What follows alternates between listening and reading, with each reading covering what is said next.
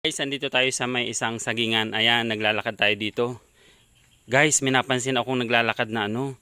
Tingnan nyo, oh. Sundan natin. Naglalakad siya ng pagapang. Lapitan natin kung sino at anong pangalan niya.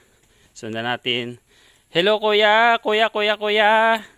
Ayan! Hello, kuya! Magandang hapon. Magandang hapon din. Kuya, anong pa pangalan mo? Pwede po bang malaman?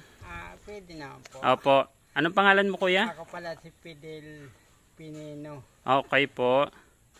Kuya, bakit po ganyan ka? Ikaw po kung ano, parang ang hirap, hindi ka po nahirapan sa paglalakad mo.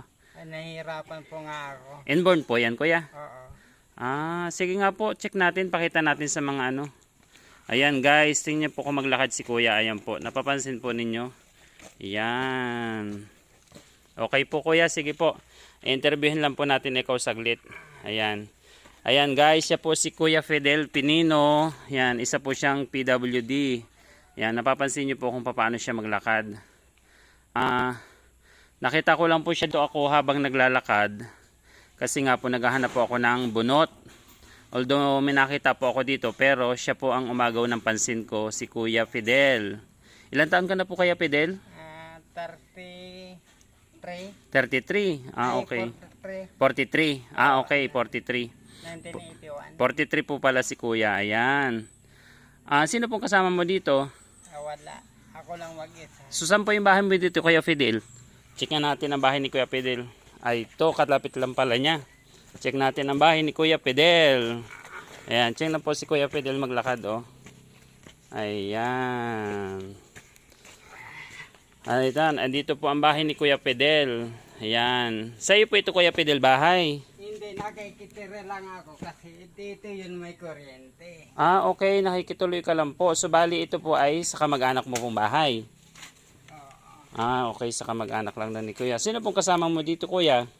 Wala po. Ikaw lang. Ayan, pasok tayo sa bahay ni Kuya Fidel. May CR naman si Kuya Fidel. Tapos, at the same time, ayan. Ayan po yung loob ng bahay ni Kuya Fidel. Oh. Gusto ko Ayan.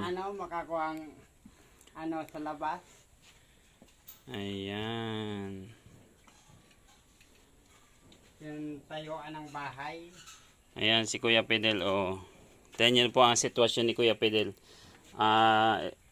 Ano po siya PWD si Kuya Fidel. Tama po ba, Kuya Fidel? Opo. Ayan. Ayan po si Kuya Fidel. Kuya Fidel Pinino. Ayan.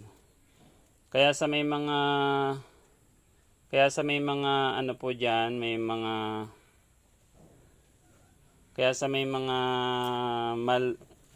ginito ang puso diyan. Makakapagbigay ng tulong kay Kuya Fidel.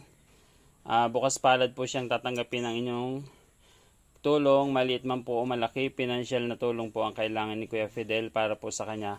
Ayan po, may napansin po ako dito, isang wheelchair. Ayan po, oh, tingnan po yung kanyang wheelchair, oh. Sira na daw po yung kanyang wheelchair. Ito po ay bigay yata kay Kuya, sabi po niya. Nabigat po ba ito sa'yo, di ba Kuya? Bigay yan sa akin kaperte. Ayan, bigay daw po sa kanya noong kaperte. Although hindi ko rin siya kilala. Ayan, sira na nga naman, oh. Ayan po.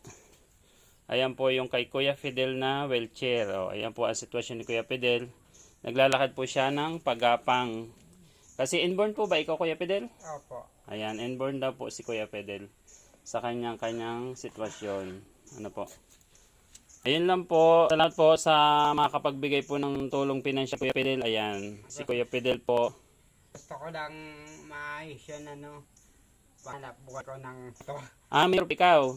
Okay, motor pala si Kuya Fidel, kaso gusto daw niya pong maipayos. So, umandar pa naman po motor mo.